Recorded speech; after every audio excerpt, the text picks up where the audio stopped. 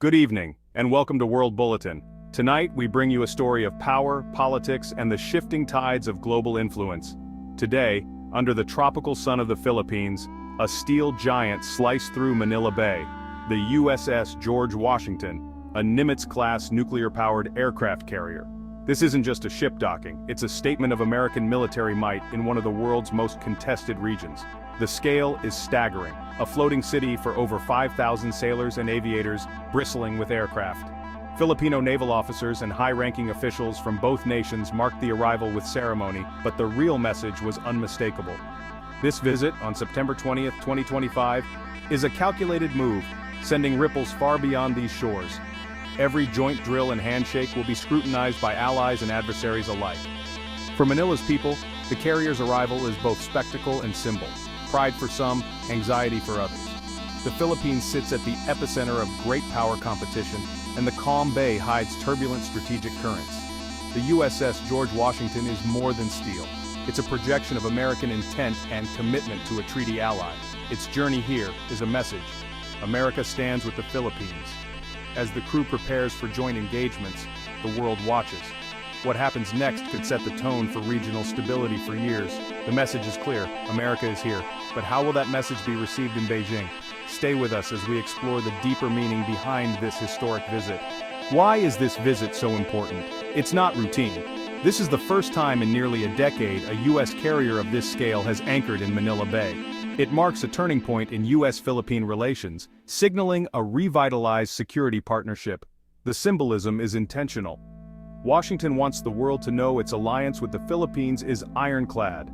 This visit is the most visible sign of a strategic realignment after years of challenges and shifting allegiances.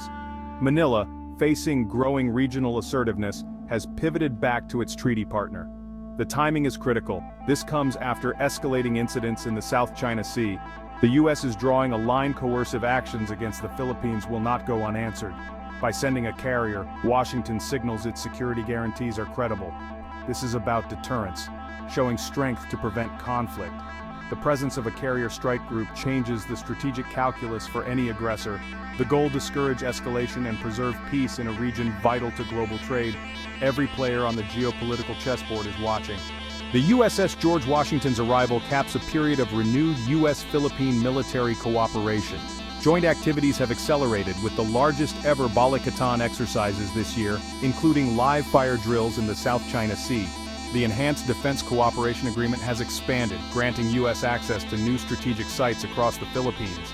These aren't U.S. bases, but they allow rapid response to crises and joint training. Day-to-day collaboration has intensified, with more joint maritime and air patrols challenging excessive maritime claims. U.S. military aid is modernizing the Philippine Armed Forces, patrol boats, surveillance aircraft, and radar systems. The goal: a credible minimum defense not to match China but to monitor territory and impose costs on aggressors. The alliance is evolving from reassurance to active, shared defense. This partnership is now practical, visible, and ready for real-world challenges. The stakes have never been higher. To understand the carrier's significance, look to the South China Sea, a flashpoint where trillions in trade pass and territorial claims collide. Beijing's sweeping claims overlap with the exclusive economic zones of several Southeast Asian nations, including the Philippines. Despite a 2016 tribunal ruling against China, Beijing has doubled down, escalating confrontational tactics. Chinese Coast Guard and militia vessels have harassed Philippine boats, using water cannons and blocking access to key shoals. These gray zone tactics, intimidation without open conflict, test the resolve of the Philippines and its allies. The USS George Washington's arrival is a direct response, affirming U.S. defense commitments.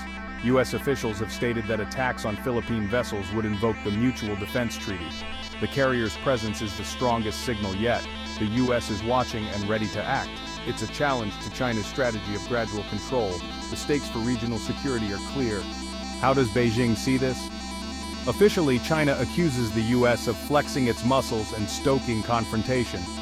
State media frames the U.S. as an outside provocateur meddling in regional affairs.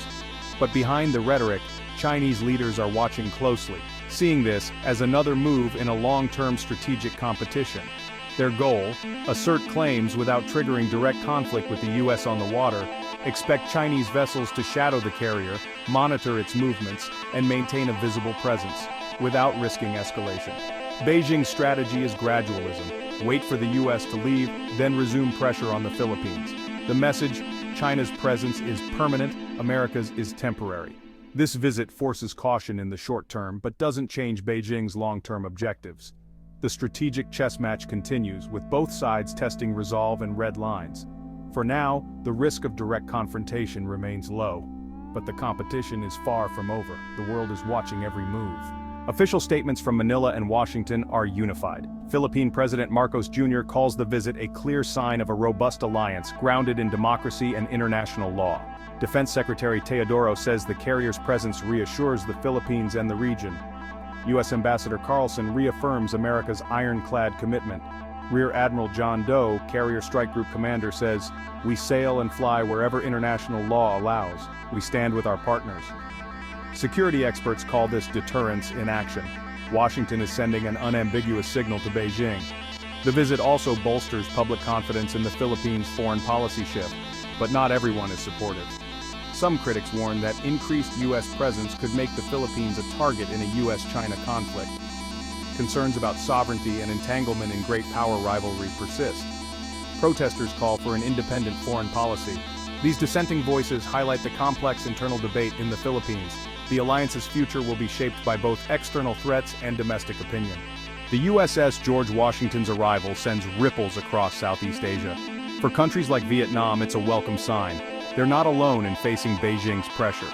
A strong U.S. commitment to the Philippines signals a commitment to regional stability.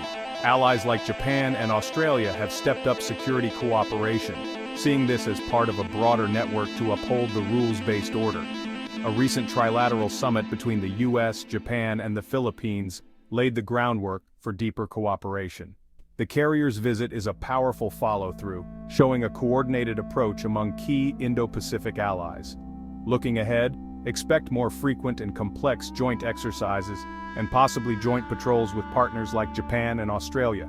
The goal: a persistent multilateral security presence in the South China Sea. This is a long-term strategy to shape the region's security environment. The USS George Washington's visit is more than a port call. It's a symbol of revitalized alliance and deterrence. In a contested world, alliances matter. The coming days will be a critical chapter in great power competition. For now, the steel giant in Manila Bay is a potent reminder. Peace often depends on credible strength.